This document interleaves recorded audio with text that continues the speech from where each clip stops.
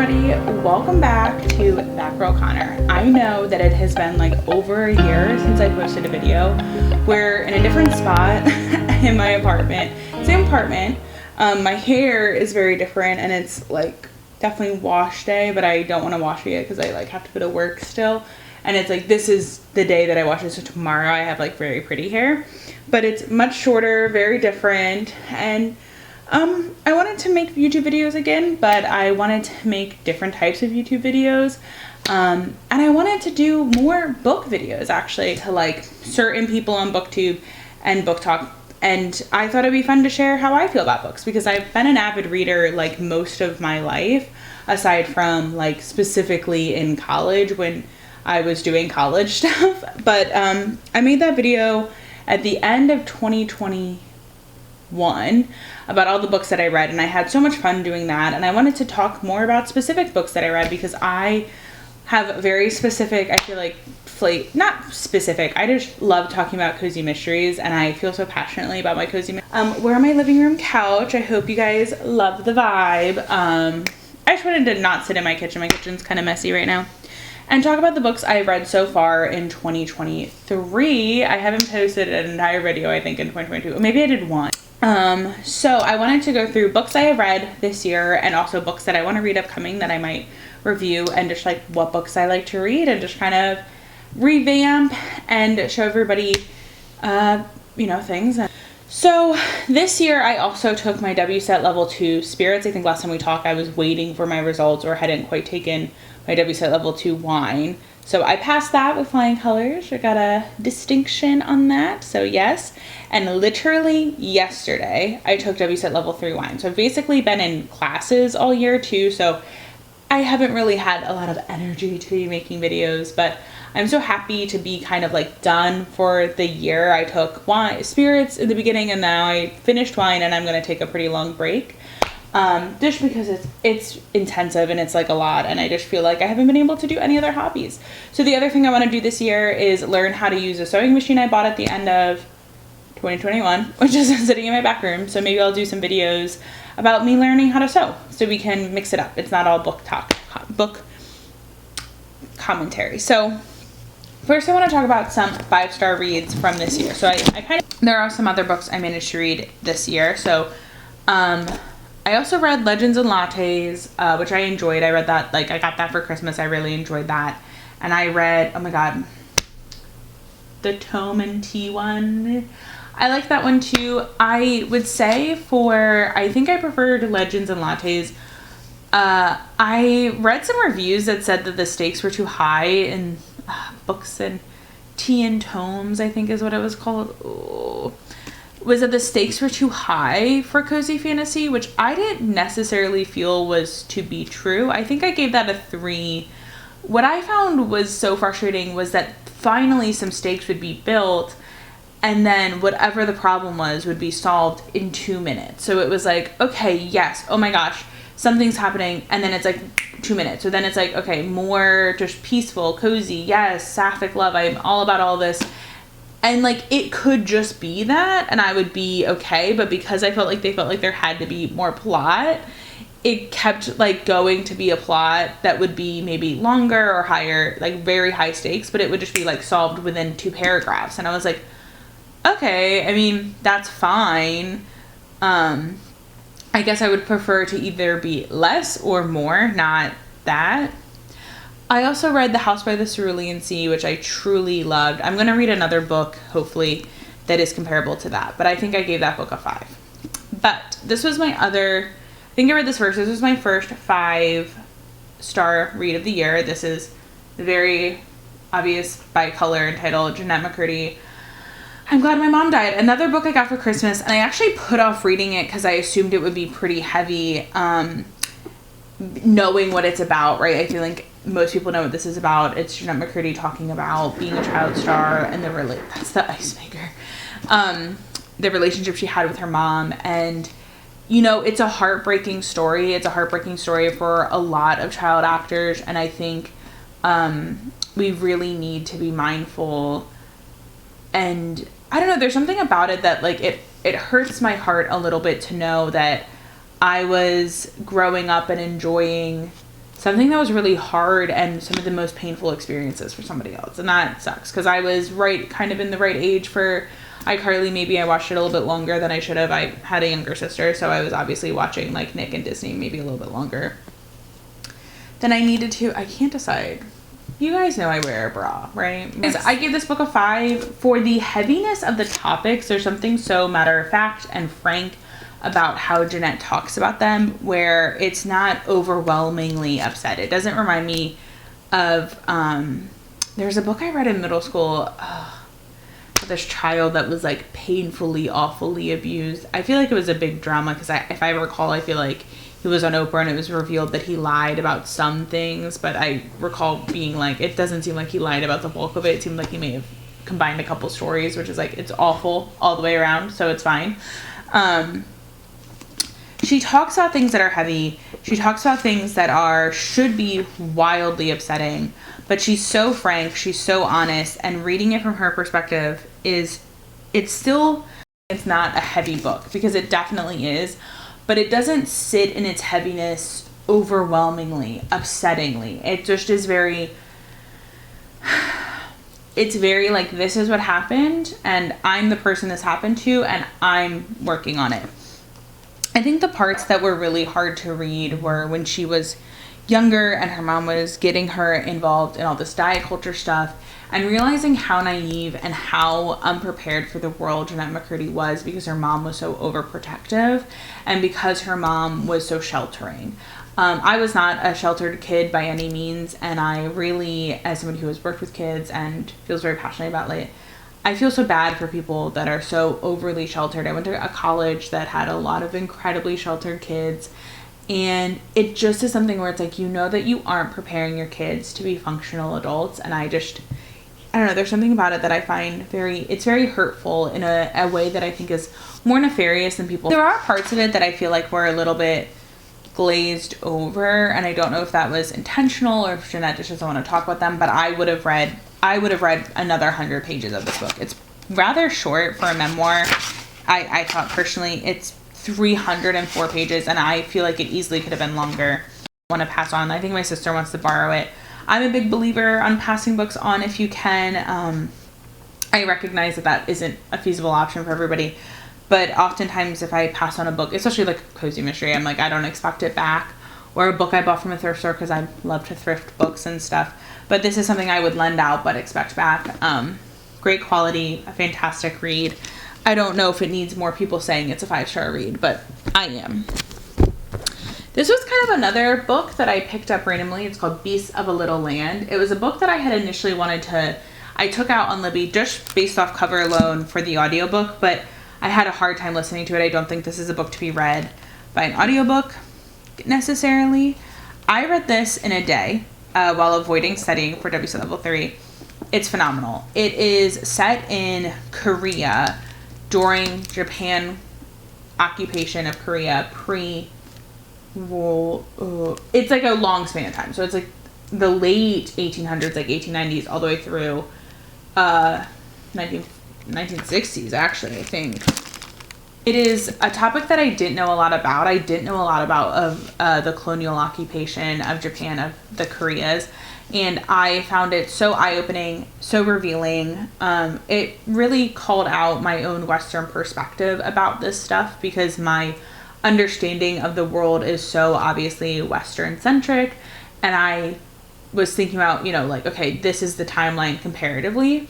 But so interesting. It's an own Little Lands. Highly recommend. I never listened to the audiobook. I just, like I said, it was hard to get into. I think it would have been confusing, but our main narrator here is Jade. She's a courtesan. And one of the big through lines of it is this Korean concept of inyons,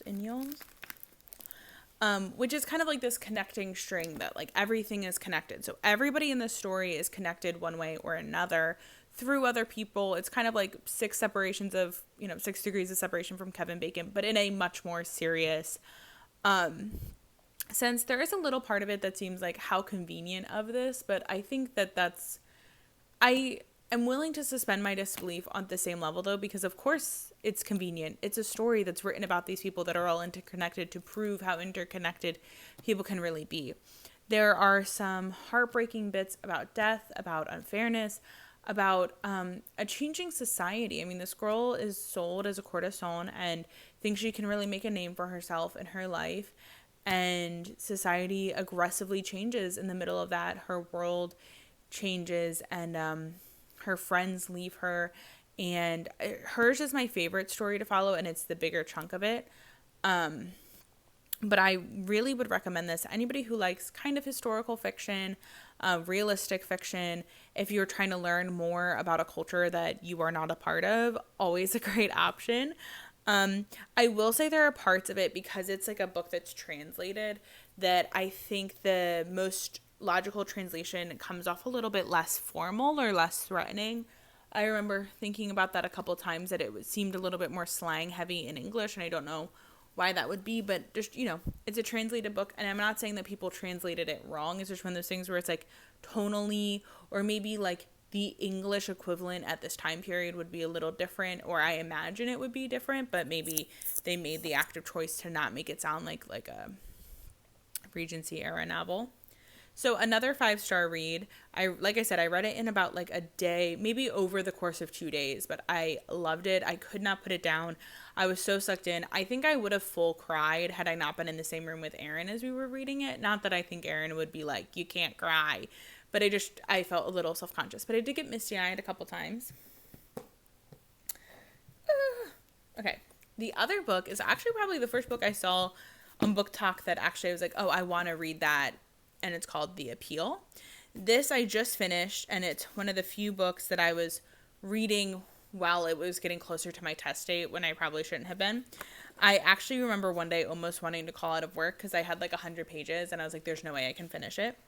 It's like it's a little bit more than a cozy mystery. I love, who's it by? Janice Hallett. She has another book coming out called The Typhord Code, and I'm just outright gonna buy it because I love it so much. I want to pass this book on. I got it off Thrift Books, but I want to reread it to see if I can see little parts that I miss.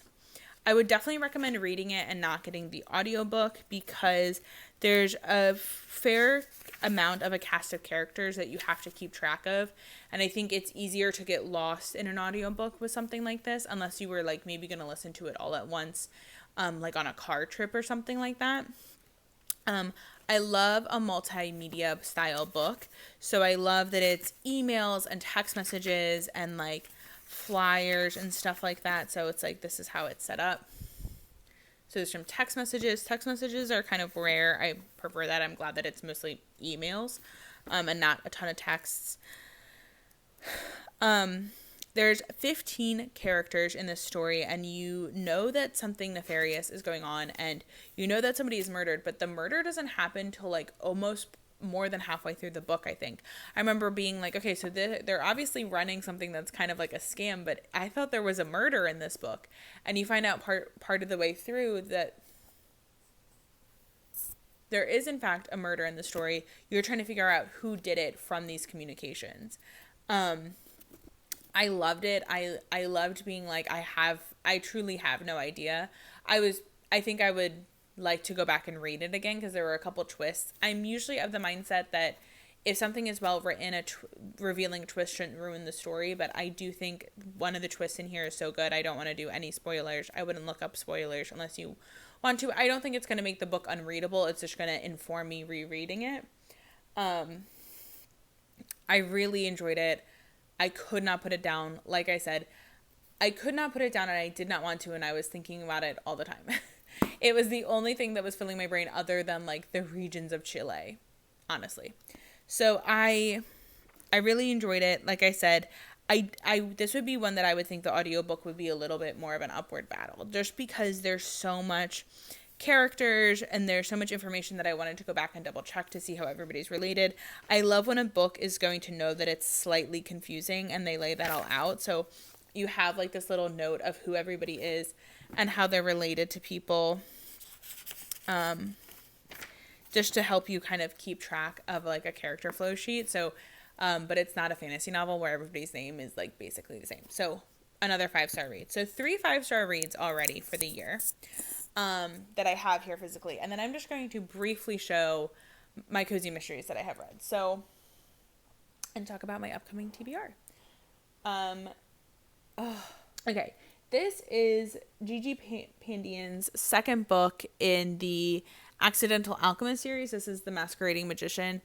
These are good. I think I like that there are magic systems in this book. I think a lot of mysteries try to do this like light witch stuff, and sometimes it works and sometimes it doesn't, but if you're gonna build in like a magic system, it has to make sense. The characters in The Accidental Alchemist, which is available on Libby, which is how I read it, I had to buy the second one, although it was pretty pricey, even off thrift books, and they don't have the other ones available, so I don't know if they're like not in print or something like that. I love the cast of characters. We follow Zoe, I think is my character's name. Yeah, Zoe, who is an alchemist. She's been alive since the 1600s, and she's accidentally an alchemist, and she's got like a dark past. She is somebody who didn't want to live forever, and now she does, and she's trying to help this gargoyle that she finds, who was brought to life in a way that is weird, and she hasn't been practicing alchemy in years, so she doesn't really know how to do it. And we find more out in this book about how his alchemy, like living forever, is different. It's very interesting. I do like the alchemy portion of it, and there are a couple shout outs. I'm like, oh, okay, I guess that's true. Very readable. The cast of characters is fun. There is always this high pressure situation where like nobody can know that she's an alchemist and nobody can know that this gargoyle is real, but she has like this love interest that is over practical in a way that I'm like, oh, and even she's like, oh, this isn't gonna work. But I just also feel like her life is a little too much like, why does this person even like you? It doesn't even seem like you guys are like communicating in any capacity. So I don't love that. I don't really ever give cozy mysteries 5 stars because that feels a little sacrilegious, but this is a little bit more dense and a little bit more plot heavy, I think, than most cozy mysteries. More things are going on because there is an element of like, there is a magic system in this world and this does work, and that's added into it. So I do like that aspect of it. This is going to be, for me, I think it's like a 3.5, 4 star. Talk about books that are on my TBR, and I have Sanitation and Mansfield Park by Jane Austen. My mom and I are in like a little bit of a book club with just the two of us where we pick books and then we decide to talk about them. The last 2 books we picked were Julia Child-based books. I really hated Julie and Julia. I DNF'd it. I don't kind of picked those. We each get to pick 2, so I wanted to do Jane Austen. I read Mrs. England this year, and I really enjoyed that book. And so I was like, oh, I would be so fun to read some Jane Austen books. I have in the past read Pride and Prejudice, Northanger Abbey, Persuasion, but I wanted to read Mansfield Park, and my mom picked Sanitation, which is one of her unfinished works. So I thought that would be fun. I haven't started them yet. My mom said we could wait till after my test. So these are probably up there, like, I'm going to read kind of soon when TBR, so my mom and I can talk about them. I have the very first book published by Margaret Atwood. This is from the library. I also should mention Beasts of a Little Land is from the library. And I'm so excited. I went to my local Branchwood library. Maryland has no more fines on their books, and you get the books out for 3 weeks. And if it's not on hold, it just automatically renews. So I'm hoping that by my next day off, which is like next Thursday, I will be able to return this. It's called The Edible Woman. It's never available on Libby, and I don't want to pay $17 for it, but I love a Margaret Atwood story. I'm so excited. It's about a woman who becomes obsessed with what she's eating and what she's putting in her body, and then she doesn't eat it all, and she kind of like starves herself. I'm sure it's going to be amazing. I'm so excited. I love Margaret Atwood. Definitely by far one of my favorite authors, and not just because of like A Handmaid's Tale. I love Alice Grace, A Blind Assassin, The Heart Goes Last. Like, I love almost every book I've read by her. So excited for that. And then I just got this book because the first line of the synopsis scared me. It's called A Tiny Upward Shove by Melissa Shadburn. And it says, Marina Sell's life did not end the day she wakes up dead. And I was like, I'm hooked. I know nothing else about it. The cover is gorgeous. I love these contrasting colors. And I can't wait to read it. And separately, I don't love reading hardcovers like functionally, but I love library books because they have this like plastic dust cover over it, I guess. And I just really love that. There's something so nostalgic about it for me. And so then the last book on my physical TBR is Anne Patchett's State of Wonder, which I also got off Thrift Books because it's always on hold on Libby, and then I get it and then I never read it, and I really want to because I do really enjoy Anne Patchett. She wrote The Dutch House, which I really loved, and she wrote Commonwealth, which I listened to an audiobook, which I also really loved. And so I wanted to read this as well.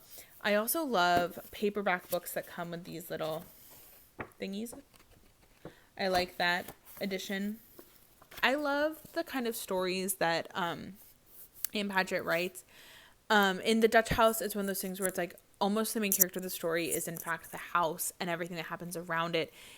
I guess I don't know, but it feels very surrealist. I loved the story of Commonwealth, which was about these two families that were intertwined and pulled apart, and the kids and how they grew up, how they ended up resenting each other and their family, like their perspective siblings and their perspective step parents, and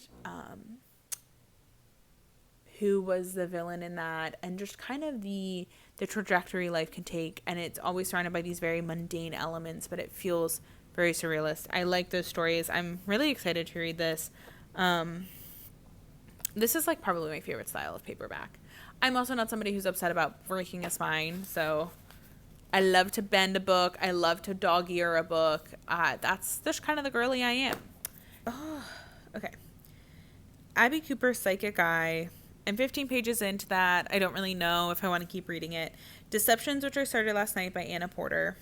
The Last Notebook of Edward Manet, which I would be interested in reading. We'll see. I don't always love nonfiction art history books, despite being an art history major. The Secret Life of Albert Entwistle, which is like a queer adult love story, like in like later years adult. He has to leave. I'm very excited to read that. It sounds super interesting and super sweet. The Dinner, which I also just in passing heard Kayla Lala mention. She's like, her and My Name is Marlena's are the two booktubers that I have watched, and I like both of them, and both of them I was like, hey, I want to like make videos because I like the videos you make to the galaxy. And then The Henna Artist, which I don't know what it's about, but my AP literature teacher, my favorite teachers in high school, has it on her Goodreads. And so I was like, well, Naylene, you're gonna let me know, and then I can tell you what I have on hold right now. Pineapple Street, which is an audiobook that I have on hold, and it's been on hold I've had it on hold for weeks and weeks, and I'm finally 2 weeks out from it, so I'm so excited about that. The Royal Pain, which is like the first book in a certain set of cozy mysteries that I'm gonna see if I like it. Murder in a Bookstore. Sometimes I just put books on hold to see. Scorched Grace, which is a mystery novel, not a cozy mystery, about a nun, which I started reading and then I just got too distracted. I had too much to do. So I returned it early because it's got a pretty long hold wait. So I knew I wasn't going to keep reading it. Not because it was bad, like I said. That's why if I read a couple pages and I'm not really feeling it and I return it, I don't always say that's a DNF for me because it just is like at the time I wasn't feeling it and I knew my test was coming up and I just was like, I can't get invested in this right now. A Witch's Guide to Dating Demons is like a romance book, but I thought it would be cute. The Encyclopedia of Fairies, which I've heard a lot about in Book Talk, but I feel like I would be interested in it. Payback's a Witch. Again, I have no idea what this book is about. And A Curious Beginning, which I had tried to listen to the audiobook of the third book of the series, and too much had happened, and I could not stay invested. So I returned that audiobook, and again, not something I would say is a DNF. I just realized that I was interested, but too much had happened. So I needed to go back and I put The Curious Beginning in it. I think I forgot about it, but again, Kayla said she read it for her cozy mystery series, and I said, oh my god, I would love to check that out.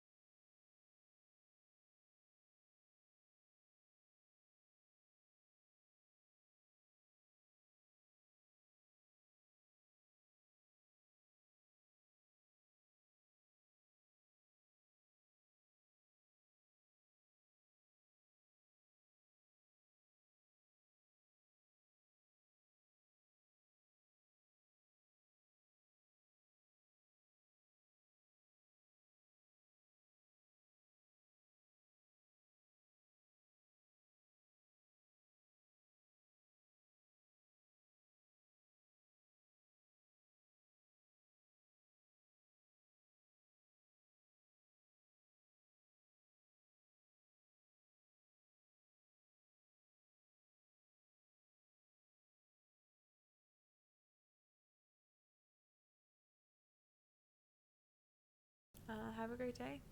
Bye.